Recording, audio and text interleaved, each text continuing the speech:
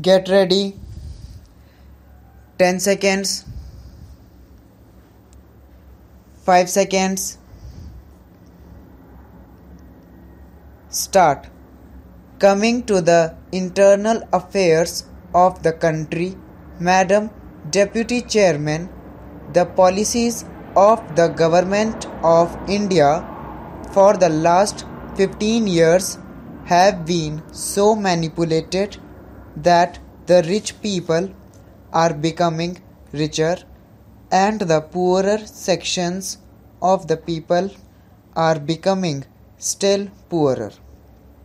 The committee that has been appointed to investigate into the question of the distribution of income has not yet given its verdict.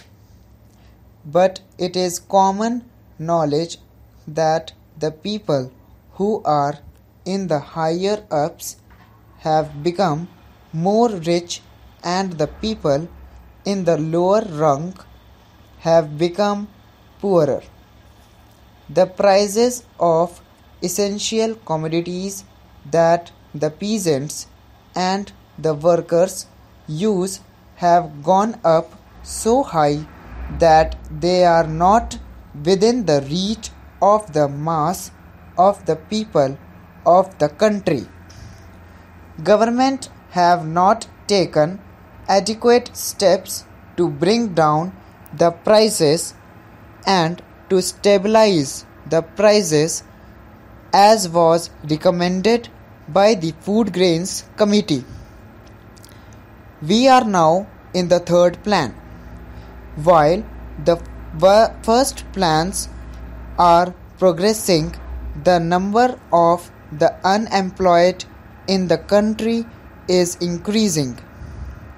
This is a very anomalous position. It is the government alone that can explain why, in spite of the plans, the unemployment problem is becoming more and more acute. As was rightly pointed out yesterday by some speakers, our agriculture has not been paid due attention that should have been paid to in a country where 80% of the people live on land. Some 3 or 4 years back, when Mr. Ajit Prasad Jain was the Food and Agriculture Minister, he was made to resign under shady circumstances as one who had proved not capable of solving the food problem in the country. A suggestion was thrown that the portfolio of agriculture should be handled by an important and senior member of the cabinet and particularly in the states by the chief ministers of the states. But nothing of the sort has happened.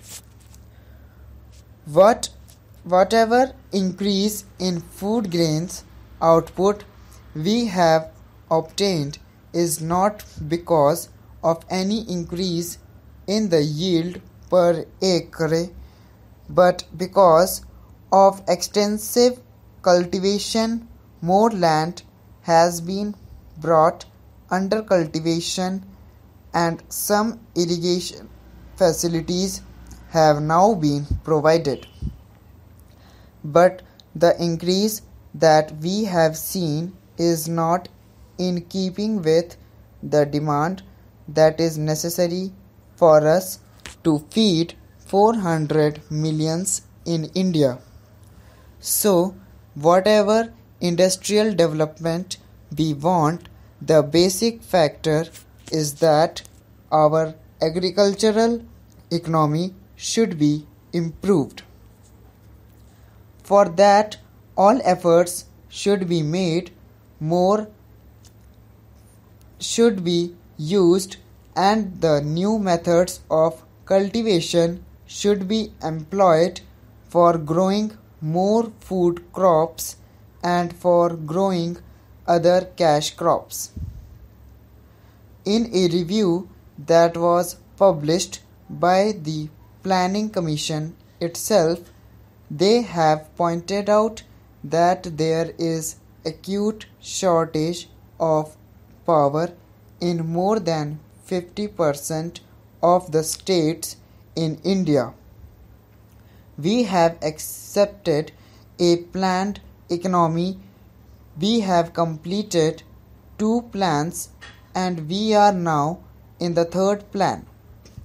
I do not know why the Planning Commission or the planners concerned did not foresee this shortage of power in most of the states in India and why they did not plan generation of more power so that people will not accuse the state governments or the Planning Commission that they did not work out the plans properly in order to have more industries and to have more food grains produced through lift irrigation. In most of the states, in Andhra, in West Bengal, in Bihar, in Karnataka, there is power shortage. Whatever power is available now is being rationed.